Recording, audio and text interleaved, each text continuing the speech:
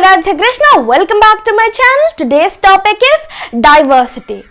So, look around you. Can you find anyone who looks exactly the same like you? Not only do they look different, but they might also belong to different cultural and religious backgrounds. They are of different homes and families, and these differences enrich our lives and make them more fun. So, first thing we ask ourselves about diversity, what is exactly diversity? Diversity can simply be defined as difference. People belong to different religious and different cultural backgrounds. We wear different clothes, we celebrate different festivals, and this difference is simply known as diversity. So, India is a country of various kinds of diversities. We eat different food, celebrate different festivals, but if you think about it, we do many things that are similar, except that we do them in different ways. So, how do we explain diversity? A little more than 200 years ago, or long before the planes, cars and aeroplanes became part of our lives, people used to travel from one place to another on horses, camels or on foot. And because it took such a long time to travel, when they reached a place, they settled there often for a long time. And people used to travel there to different kinds of places to find people to trade with. Some left because there was some work they needed to do, and others left because there was a war. Others left because there were famines and droughts and there wasn't enough food to eat. So, as people settled in their new places, they became introduced to new cultures and new cultural beliefs, and sometimes they managed to do things in a mix of the old and new. And because of this interreaction and intermixing of cultures and religions, we came across something entirely new and different. History of different places shows us how history and life and cultures has been influenced by different cultural beliefs. This is a part of diversity, and diversity also comes around when people adapt to different geographical places. For example, it is really different from living near the sea from living near a mountainous area. Let us try to understand what we mean when we say that geographical and historical factors influence diversity. Let us take an example of different places in India that have entirely different geographical factors. For example, Kerala and Ladakh. Ladakh is a desert in Jammu and Kashmir. So Ladakh is a desert and agriculture is not possible here because it's a desert and it does not get enough rainwater or water and it's covered entirely in snow. So for drinking water, people depend on the melting of snow in summer months. And in Ladakh, people owned goats and sheep. These were famous here because they provided people with pashmina wool, and this was collected carefully and sold to the people of Kashmir, and pashmina shawls cost a lot and are mainly woven in Kashmir. People here own cows as well, and they eat meat and milk products like cheese and butter. And being a desert did not mean that Ladakh did not attract its share of traders. Well, Ladakh did attract its share of traders because it was considered as a good trade route. It had passes through the mountains and right into Tibet. So, Ladakh is also known as Little Tibet, and it attracted obviously its share of traders. Going to Kerala, Kerala is in the western part of India.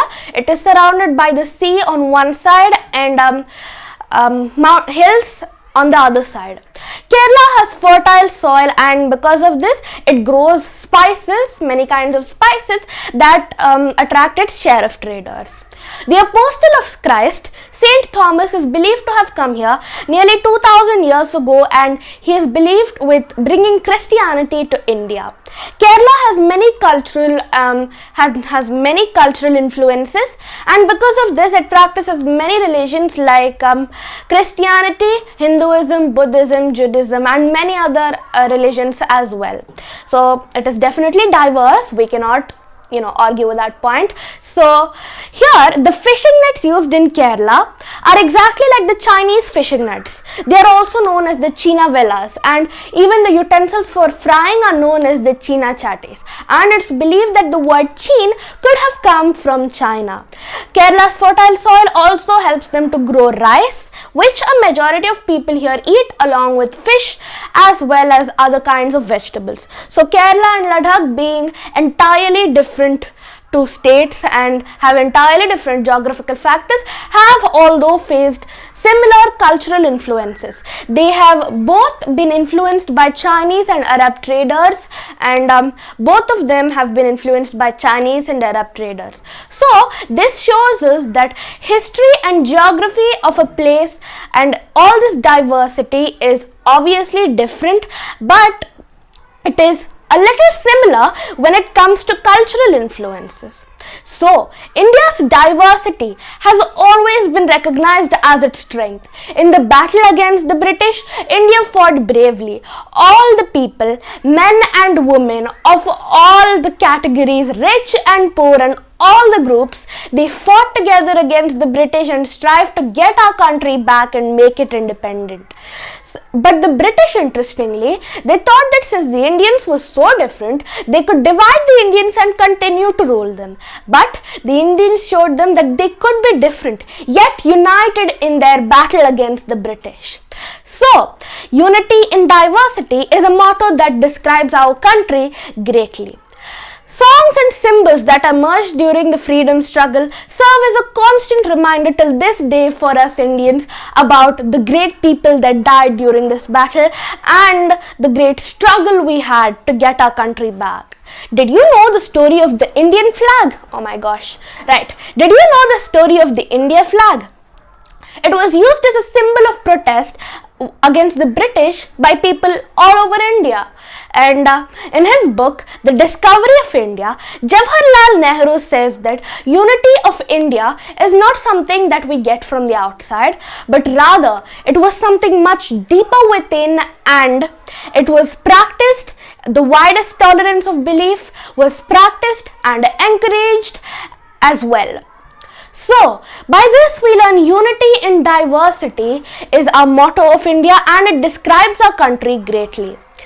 We have many things that make us what we are today. What we wear, what we eat, what we talk, what we wear, and what games we play, and many other things like that. You will understand how diverse India is if you look at the following, if you listen to the following statement even briefly. There are 8 major religions in the world, and every single one of them is practiced in India. More than 16,000 languages are recognized to be people's mother tongues. 1,600 languages are recognized to be people's mother tongues here in India, and there are over more than 100 dance forms. So India is a very diverse country, yet this diversity is not always celebrated. This is because we feel safe and secure among people who are like us, who talk like us, who behave like us, who think like us, who dress like us, and everything almost like us. So, we have treated a few people who are not like us in a few bad ways. Sometimes when we are introduced to new people, we find them unfamiliar and strange if they are different from us. Sometimes we might not understand why they are so different from us, and we might not even understand that why they are different from us. And because of this, we have treated a few people a bit badly. Okay, it's more than a few. So when we fix people into one image, like when our opinions about other people are always negative, we are prejudicing against them. Prejudice, isn't it? Right. We are making prejudice against them. A prejudice is when we always have a negative opinion about others. That is known as a prejudice.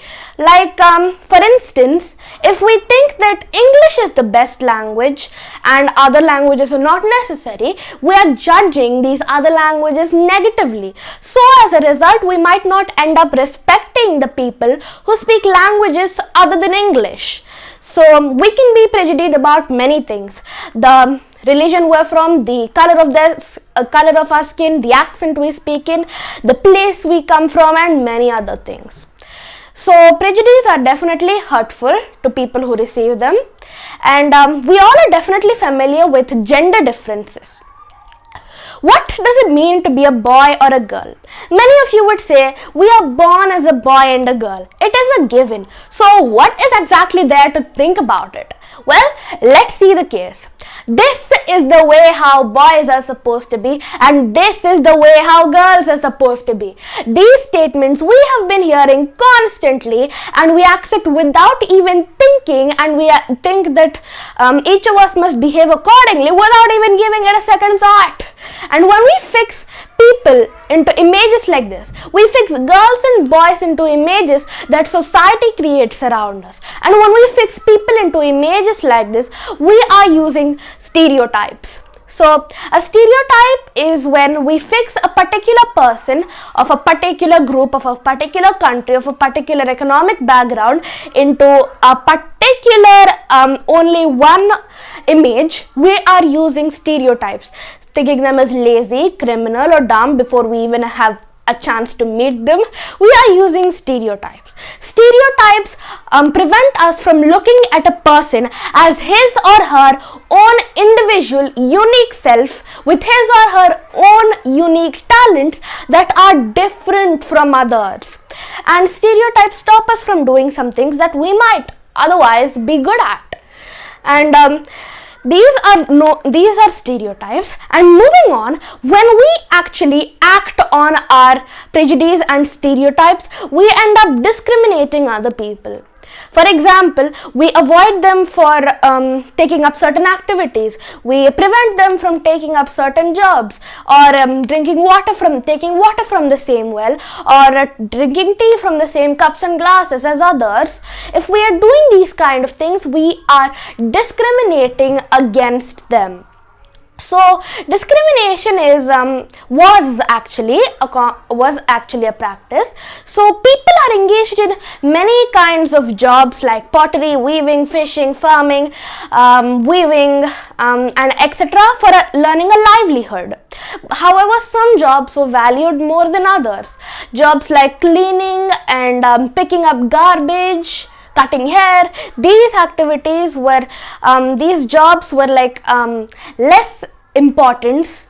These jobs were considered of less importance than others, and people who do these jobs were considered as dirty or impure. So this belief is an important belief in the caste system. Well, I wouldn't say it's a nice belief, but it's an important belief in the caste system, which is kind of like a ladder. I mean, in the caste system, where people like put themselves into groups, and they put themselves in a sort of ladder, and their group is either above or below the other. People who placed themselves at the top of these ladders were called the upper castes, and they considered them as high and superior. People who placed themselves at the bottom of the ladder, well, obviously not themselves, people who were placed at the bottom of the ladder were considered as untrustworthy and called the Untouchables. Soon, caste rules were made that did not allow the so-called untouchables to, to do other jobs than what they were meant to do. They were forced to pick garbage or clean from the village, but they were not allowed to enter the houses of upper castes. And these so-called untouchables were not even allowed to enter temples, and their children could not sit next to children of upper castes at school either. So upper castes acted in ways that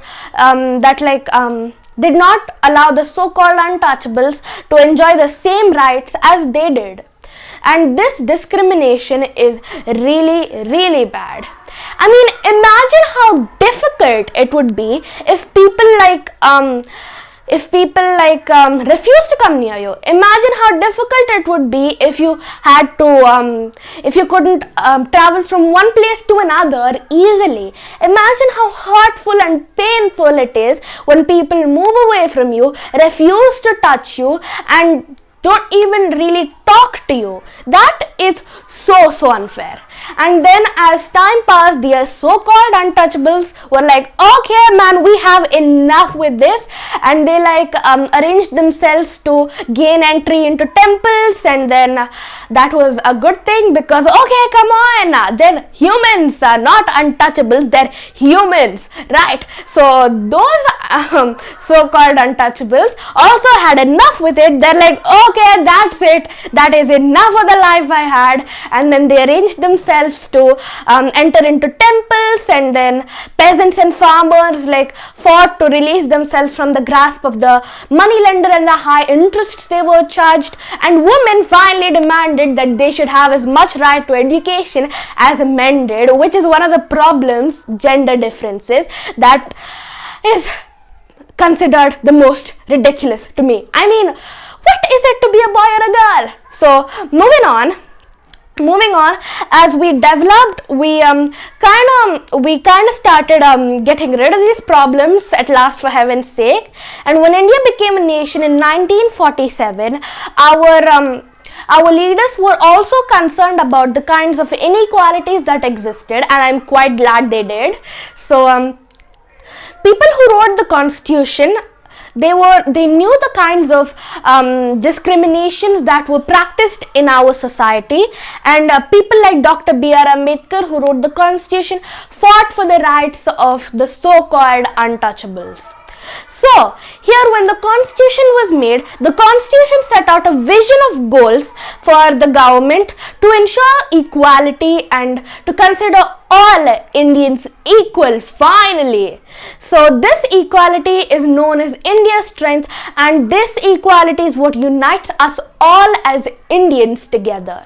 Untouchability was soon seen as a crime and was legally abolished by law. And people are free to choose their own path. Government jobs are open for all, and there was no untouchability now. And then the constitution also placed responsibilities on the government to ensure this equality stays. And it's a good thing it still stays. So leaders who wrote the constitution also said that respect for diversity is an important aspect in removing this so-called untouchability and restoring equality. They said respect for diversity is an important aspect, and by that they meant no religion, festival or anything was higher than the other. Everything was equal, and people can express themselves, speak their languages, celebrate their festivals and express themselves freely without any fear of discrimination. And they also said that all these discriminating things are done with, for heaven's sake, finally. So India is a union now. India is a secular country and it is united, and this diversity of India is known as India's strength. Although this video also points out that inequalities still exist till this day, equality is something that we should keep striving for, and is not something that will happen automatically. Bit of a bummer, yes, I know that.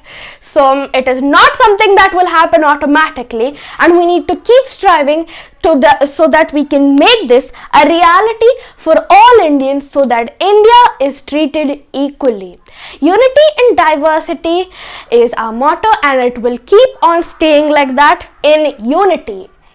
So I think that's it for today. Until next time, I am Aradhya. I'll see you in the next video. Well, more like next year, because today is the last day of the year. Yay! Happy advanced New Year, everyone. Bye bye.